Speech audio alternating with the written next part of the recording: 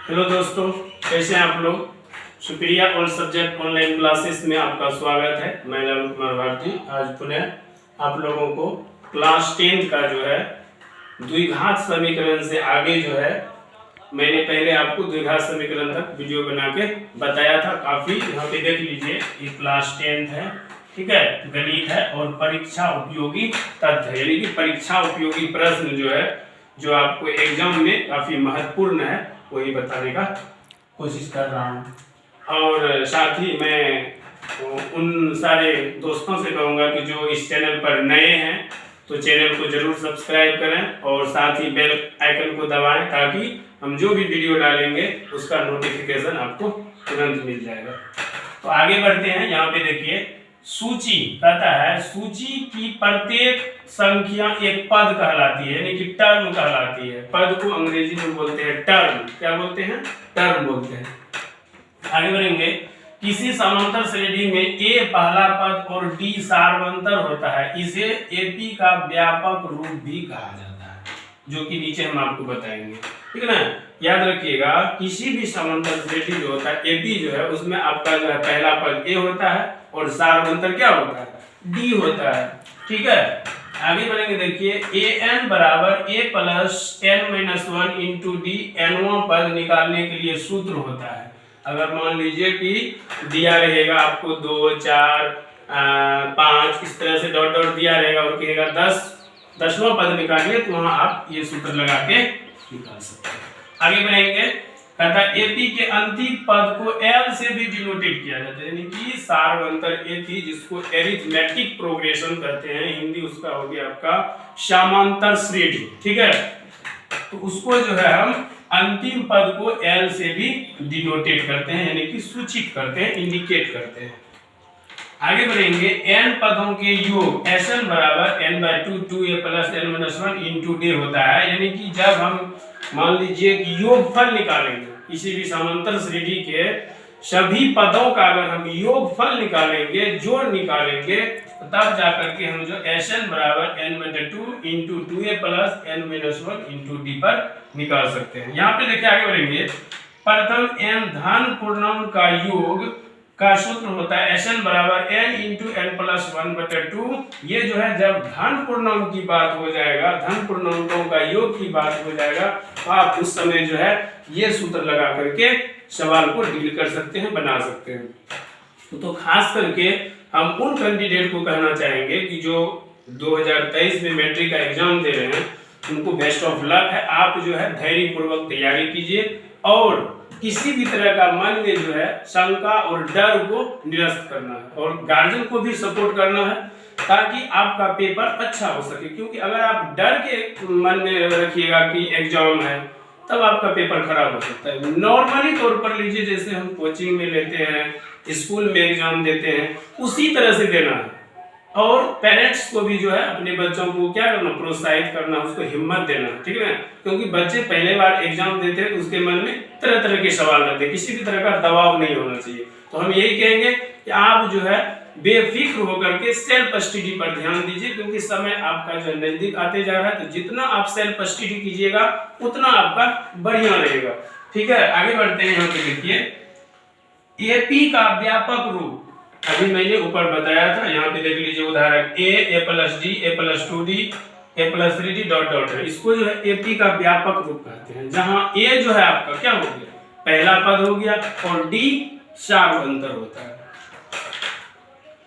आगे बढ़ेंगे। कहता है एपी के सभी पदों का योग s बराबर n/2 into a plus l भी होता है। ये फॉर्मूला आपको तब लगाना पड़ता है जब किसी भी समांतर श्रेणी में पहला पद दिया रहता है और अंतिम पद दिया रहता है। इस कंडीशन में हम क्या करेंगे, इस सूत्र का प्रयोग करेंगे जो आपको हम बताए कि s बराबर n/2 into a plus l, जहां की a जो है आपका प्रथम पद हुआ और l जो है आपका अंतिम पद हुआ यानी कि लास्ट पद हुआ, ठीक है ना। उसको l से डिनोटेट करते हैं।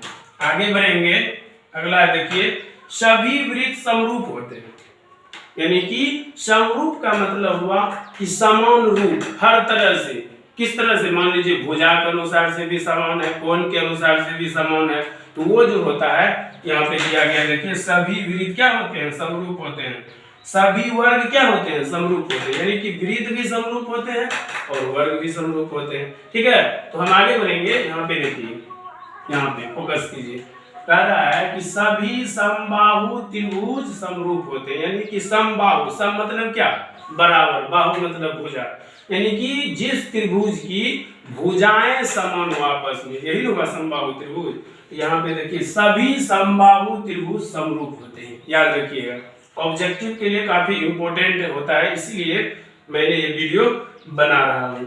ठीक है, तथा भुजाओं की समान संख्या वाले दो बहुभुज समरूप होते हैं यदि, देखिए यहाँ पर कहता भुजाओं की समान संख्या वाले दो बहुभुज समरूप होते हैं यदि उनके संगत कोण बराबर हो तथा उनकी संगत भुजाएं एक ही अनुपात में हो, अर्थात समानुपाती हो। यानी कि कहने का मतलब हुआ कि दो बहुभुज जो है समरूप होंगे, उसका कंडीशन है, शर्त है, क्या शर्त है, यह तो उसका संगत कोण बराबर होगा, यह तो उसकी संगत भुजाएं एक ही अनुपात में होगा, यानी कि डिवाइड होगा, अनुपात का मतलब होता है भाग। ठीक है, उसके बाद है देखिए दो त्रिभुज समरूप होते हैं यदि, यानी कि वहां अभी हम क्या पढ़े, बहुभुज के बारे में पढ़े, अब जो है त्रिभुज के बारे में शर्त है कि दो त्रिभुज समरूप होते हैं यदि उनके संगत कोण बराबर हो तथा उनकी संगत भुजा एक ही अनुपात में हो, अर्थात समानुपाती हो, समान अनुपात में बटाओ। दो त्रिभुज समरूप होते हैं यदि उनके संगत कोण बराबर हो तथा उसकी संगत भुजाएं एक ही अनुपात में हो, अर्थात समानुपाती हो, तो वो त्रिभुज क्या कहलाएंगे, समरूप त्रिभुज कहलाएंगे।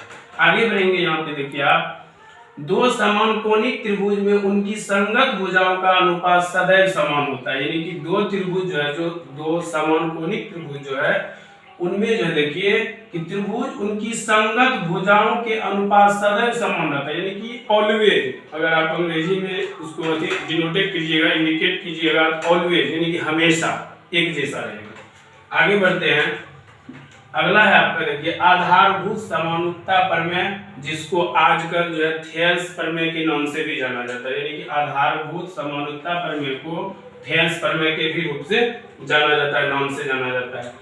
इसका क्या है देखिए, कहता है यदि किसी त्रिभुज की एक भुजा के समांतर अन्य दो भुजाओं को एक भिन्न भिन्न बिंदुओं पर प्रतिच्छेद करने के लिए एक रेखा खींची जाए तो ये अन्य दो भुजाएं एक ही अनुपात में विभाजित हो जाती है, इसी को कहा जाता है थेल्स प्रमेय।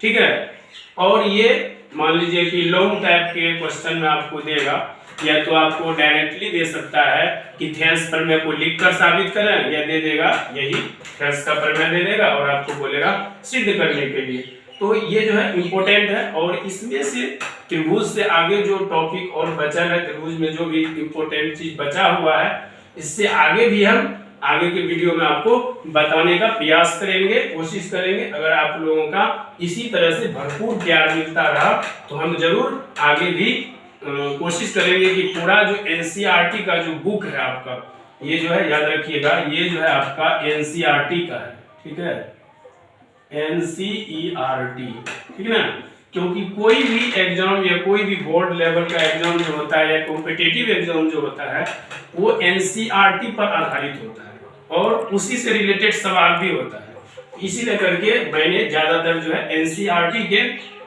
बुक से आपको जो भी टॉपिक बताने का प्रयास किया है वो एनसीईआरटी पर आधारित है। और हम भी आप लोगों को यही सलाह देंगे कि अभी तो मान लीजिए कि बाजार में या यूट्यूब पर धड़ल्ले वीडियो आपको मिलता होगा, ठीक है, उसमें कमी नहीं है, तो हम यही कहेंगे कि आप ज्यादा से ज्यादा जो है एनसीईआरटी बुक पढ़िए, क्योंकि एनसीईआरटी जो है उसमें शुद्धता आपको ज्यादा पाया जाएगा, और कॉम्पिटिटिव लेवल या कोई भी बोर्ड एग्जाम हो उसमें एनसीईआरटी से सवाल मिलता है। इसीलिए मैंने आपको आज गणित के कुछ तथ्यों को बताने का यहाँ पर जो है प्रयास किया है, और आगे भी आप लोगों का अगर भरपूर प्यार मिलेगा तो आगे भी इस तरह के वीडियो आपको जरूर देखने को मिलेंगे।